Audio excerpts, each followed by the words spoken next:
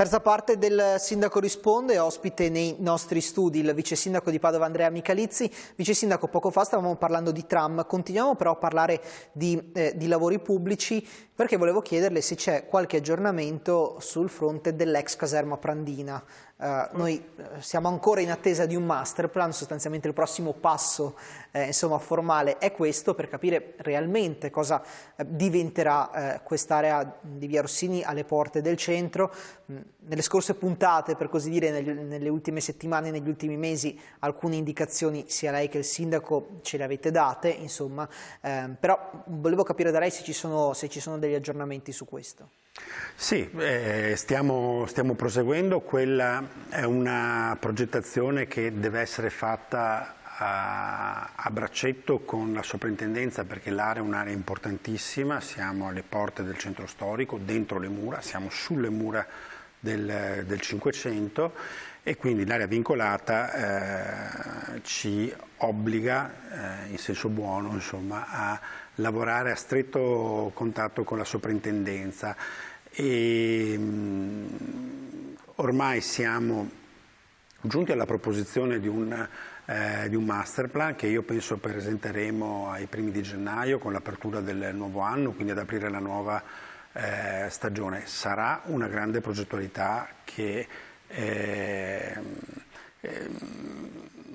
cambierà con grande qualità quella zona del centro storico. Giocata bene, come stiamo facendo, possiamo allargare i confini del nostro centro. Oggi, se penso a Corso Milano e penso a quell'ingresso in città, è più vissuto quasi come un luogo di transito più che di fermata, perché poi le tappe sono le piazze. Noi lì abbiamo l'opportunità e vogliamo fare un luogo che sia identitario, che sia bello, che sia moderno nel recupero di una parte storica della città, perché lì ci sono le mura del 500 e quindi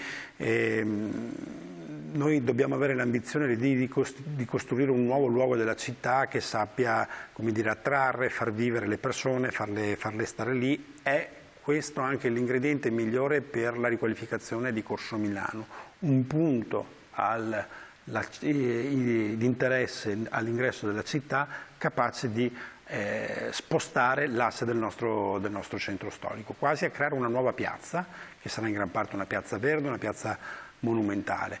Quindi tra poco, insomma, avremo un po' la presentazione del master plan, che è sostanzialmente il perimetro che insieme alla soprintendenza abbiamo definito. Quello sarà il Parco delle Mura di San Benedetto.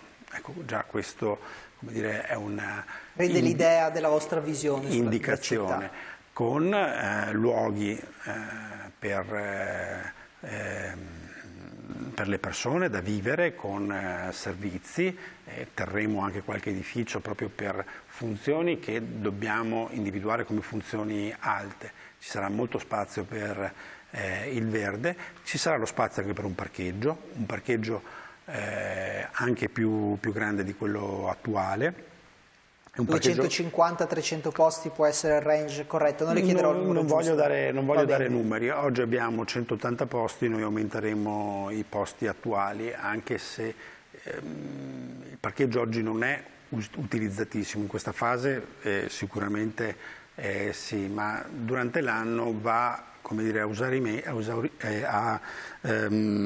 esaurimento nei weekend o in alcuni weekend, però insomma noi possiamo, migliorando anche il servizio di parcheggio, puntare su un parcheggio più capiente di quello di adesso e vogliamo avvicinarlo al centro. Quindi vedrete anche una soluzione che lo avvicina più al centro. Quindi, un po' come abbiamo sempre detto, Prandina è così grande che ci può stare il Parco delle Mura di San Benedetto, possono stare tante cose, anche un parcheggio più grande di quello che c'è ora, ma anche con tanto spazio per le attività. Sarà una grande operazione di sostenibilità. Ecco, questo è importante, oggi è fondamentale, Vice Sindaco. E rispetto alla situazione attuale dell'area, che ricordiamolo è un'ex caserma, quindi un'ex piazza d'armi con edifici anche impattanti. E noi restituiremo alla città una zona che dal punto di vista della restituzione del terreno, delle superfici permeabili e della anche, come dire, visuale delle mura, dei monasteri che ci sono là dietro, quindi una parte fortemente identitaria della città che oggi non vediamo, oggi è mascherata. La restituirete.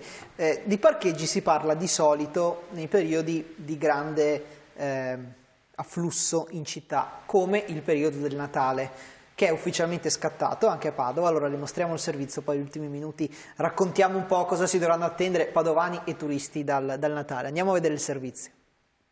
5, 4, 3, 2, 1...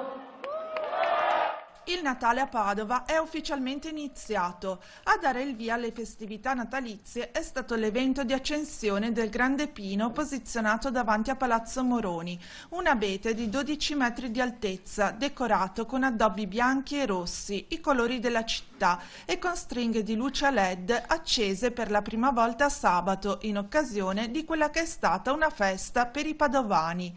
In centinaia hanno riempito gli Stone per aspettare il fatidico countdown.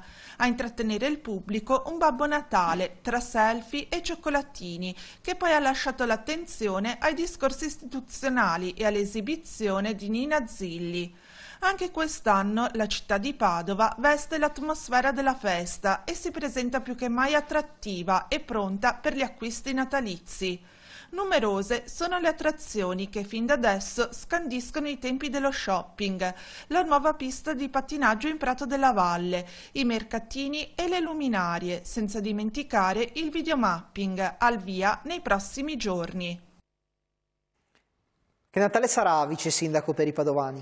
Beh, insomma, ricco di atmosfera natalizia, di tanta tradizione, ma anche tanto fascino. Sarà un Natale ricco di cultura. Noi abbiamo usato questo slogan, il Natale a Padova è arte, e quindi insomma è iniziato nel migliore dei modi con l'accensione dell'albero. Ogni anno c'è sempre grande suspense sull'albero che deve, poi tutte le città, deve arrivare, esatto, c'è questa, perché tutti poi lo guardano. Devo dire che l'albero è magnifico perché è molto bello, un albero, come dire, bello, grande, ricco, e quindi insomma dà l'idea di un bel Natale da passare insieme. E, beh, il servizio parlava poi delle tante attrazioni che il Comune ha coordinato. Voglio fare un ringraziamento speciale alle associazioni di categoria, alla Camera di Commercio e a tutti i commercianti che hanno investito perché questo Natale, in modo sinergico, perché poi compare il sindaco, l'assessore, ma in realtà dietro ci sono botteghe, negozi, associazioni di categoria che alimentano questo circo, chiamiamolo così, del Natale, che davvero insomma parte con il piede giusto e con tanti ingredienti positivi. E sta andando bene anche questo abbonamento agevolato a 10 euro per poco più di un mese per dar del trasporto pubblico, ovviamente, per dare la possibilità appunto a padovani e turisti di muoversi liberamente, insomma, o quasi, per la città. Sì, dobbiamo creare tutte le occasioni migliori per potersi muovere, spostare, raggiungere le piazze, il centro, e quindi l'abbonamento sta sfiorando i 5.000 utenti. Ne abbiamo parlato anche oggi in giunta, che insomma abbiamo dovuto rinforzare anche le strutture perché grandi code, non ci aspettavamo insomma tutto questa attenzione, ma adesso annunceremo anche la gratuità dei parcheggi scambiatori in modo tale che si possa utilizzare più volentieri il mezzo pubblico, anche il tram, per arrivare in centro. Nel frattempo devo dire che anche l'aumento di posti auto in centro che questa amministrazione ha determinato con la messa in campo non solo di Prandina qualche anno fa, ma adesso anche con il Secret Garden, quello in piazzata Conciapelli, inizia ad essere conosciuto e utilizzato dai padovani. Perché ti aveva anche anticipato tra l'altro che forse state valutando insomma, un prezzo agevolato anche qui in questo periodo? Valutiamo insomma, qua con il nostro gestore. Di sicuro la gratuità sui parcheggi scambiatori, questo è già un buon aiuto, ma il Secret Garden, il parcheggio sotterraneo, lo ricordo, Padova ha un parcheggio sotterraneo da 300 posti, aperto di recente, e a 2 passi dalle piazze, proprio vicino a Piazza Insurrezione. E inizialmente era poco usato, la gente andava in coda in Piazza Insurrezione aspettando molto tempo per poter entrare, e nel frattempo a 100 metri da lì il Secret Garden aveva posti liberi, insomma vuoto. E devo dire che sta sempre più prendendo spazio, insomma, anche è entrato, come dire, sta entrando nella testa dei padovani e lo stanno utilizzando come parcheggio. Bene, allora siamo giunti al termine di questa puntata del Sindaco Risponde. Abbiamo affrontato molti temi, soprattutto sul fronte dei cantieri, delle opere pubbliche, abbiamo parlato del tram, abbiamo parlato del futuro dell'area dell'ex caserma Prandina, ci siamo tuffati un po' sul Natale, doveroso invece l'inizio dedicato alle esequie di Giulia Cecchettin che si sono tenute proprio questa mattina in Basilica di Santa Giustina a Padova. Grazie allora al vice sindaco Andrea Michalizzi. Grazie a voi. Buona serata. E grazie anche a tutti i nostri telespettatori e a tutte le nostre telespettatrici per averci seguito. La linea adesso all'informazione di TV7 TG con il Sindaco Risponde. Come di consueto torniamo martedì prossimo alle 19. A tutti voi l'augurio di una buona serata. Arrivederci.